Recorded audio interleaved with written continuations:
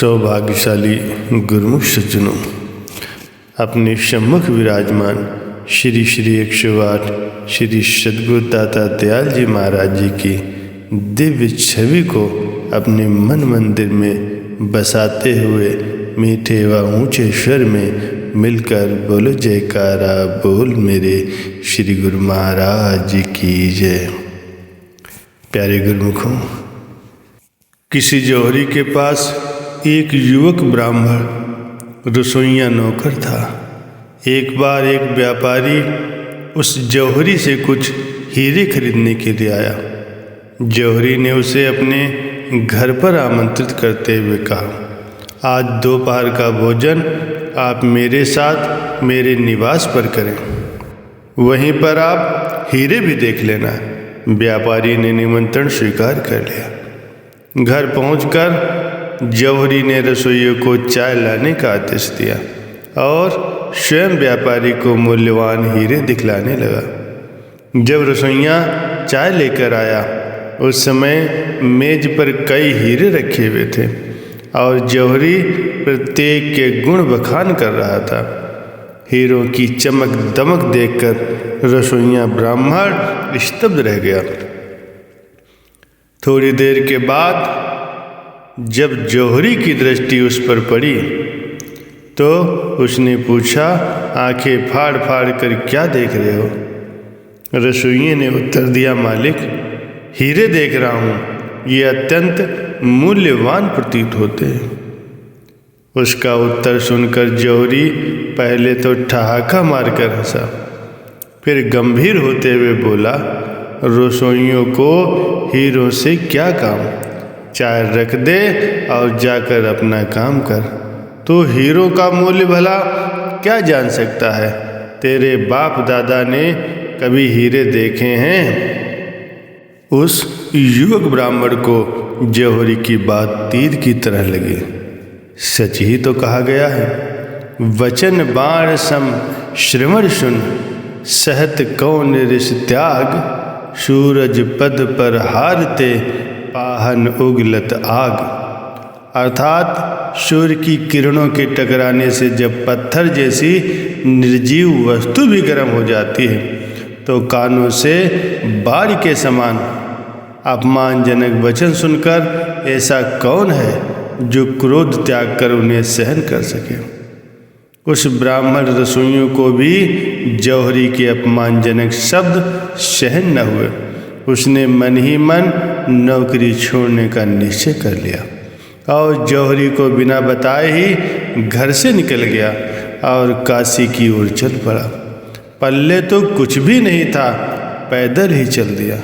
भूख लगती तो मांग कर खा लेता और जहाँ जगह मिलती सो जाता। इस प्रकार कई दिनों के पश्चात काशी जी पहुँचा, नौकरी ढूंढने लगा। अंततः एक संस्कृत पाठशाला में रसोई बनाने का काम उसे मिल गया।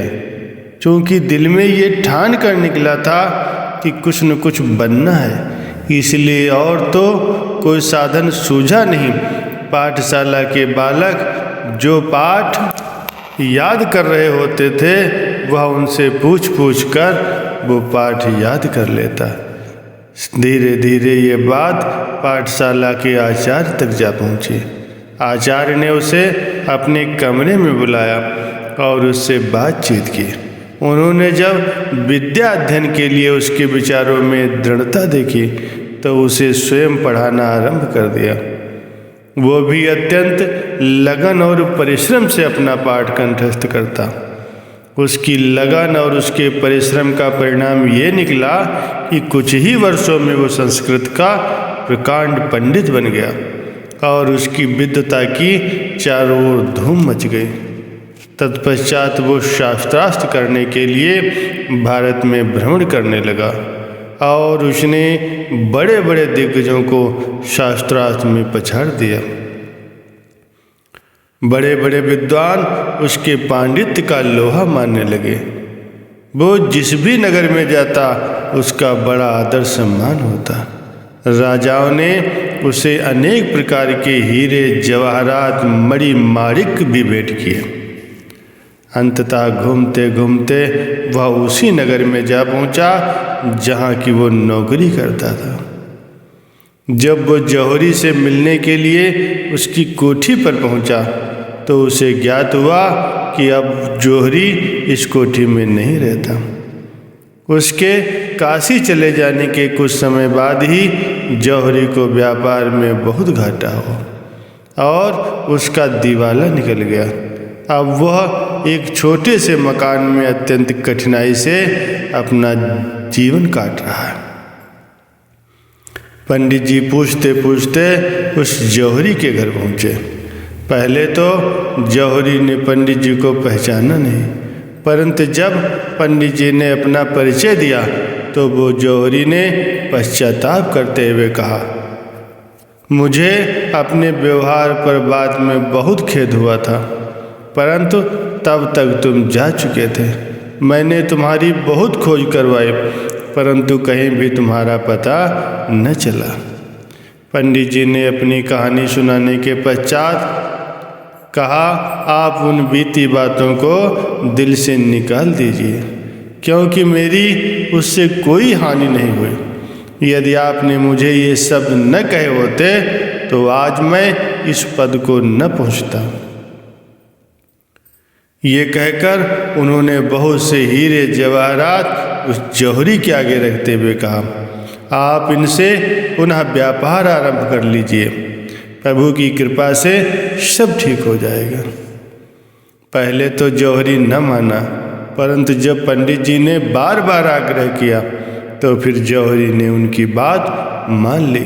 उसने फिर से अपना व्यापार शुरू किया और अपने पुराने अनुभव के आधार पर शीघ्र ही सम्मानी स्थिति को प्राप्त किया।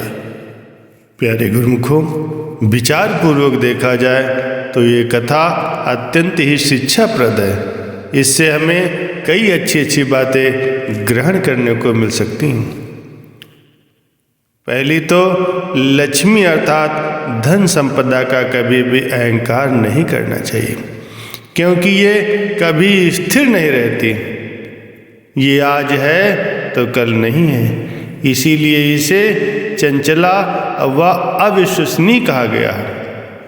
हाँ, यदि गर्व करना ही है तो प्रभु नाम के सच्चे धन पर करो, जो इस लोक में भी और परलोक में भी सदा अंग संग रहता है और कभी भी साथ नहीं छोड़ता। दूसरा है, किसी भी व्यक्ति को अपने से तुच्छ न समझो। प्रत्येक व्यक्ति के साथ प्रेम का व्यवहार करो। यदि वो प्रारब्धवश तुम्हारे अधीन काम करने पर विवश है तो इसका ये अभिप्राय नहीं है कि उसके साथ अनुचित व्यवहार किया जाए। तीसरा है, कभी कटु वचन मुख से न निकालो। कटु वचनों को बाढ़ से भी अधिक घातक कहा गया है। कटु वचन सदैव हृदय पर घाव करते हैं, इसीलिए सदैव नम्र एवं मधुर वचन ही बोलो जो सभी को प्रिय लगे। चौथा है, मनुष्य में यदि लगन एवं दृढ़ निश्चय हो तो वह ऊंचे से ऊंचे और कठिन से कठिन लक्ष्य को भी एक दिन में ही प्राप्त कर सकता है। पांचवा है, यदि तुम्हारे साथ कोई अनुचित व्यवहार करता है तो तुम उसके साथ अनुचित व्यवहार मत करो। तुम्हारा धर्म ये है कि बुरा करने वाले के साथ भी तुम सदैव भलाई ही करो। छठा व अंतिम है, जैसे पंडित जी ने अपने मालिक को याद रखा, ऐसे ही ये जिज्ञासु तुम भी उस सच्चे मालिक परमात्मा को, जो तुम्हारा जीवन दाता है, प्राणदाता है, तुम्हारी पालना करने वाला है, उसे कभी भी न भूलो। उसके उपकारों को याद रखते हुए सदैव उसका सुमरन भजन करते रहो। बोलो जयकारा बोल मेरे श्री गुरु महाराज की जय।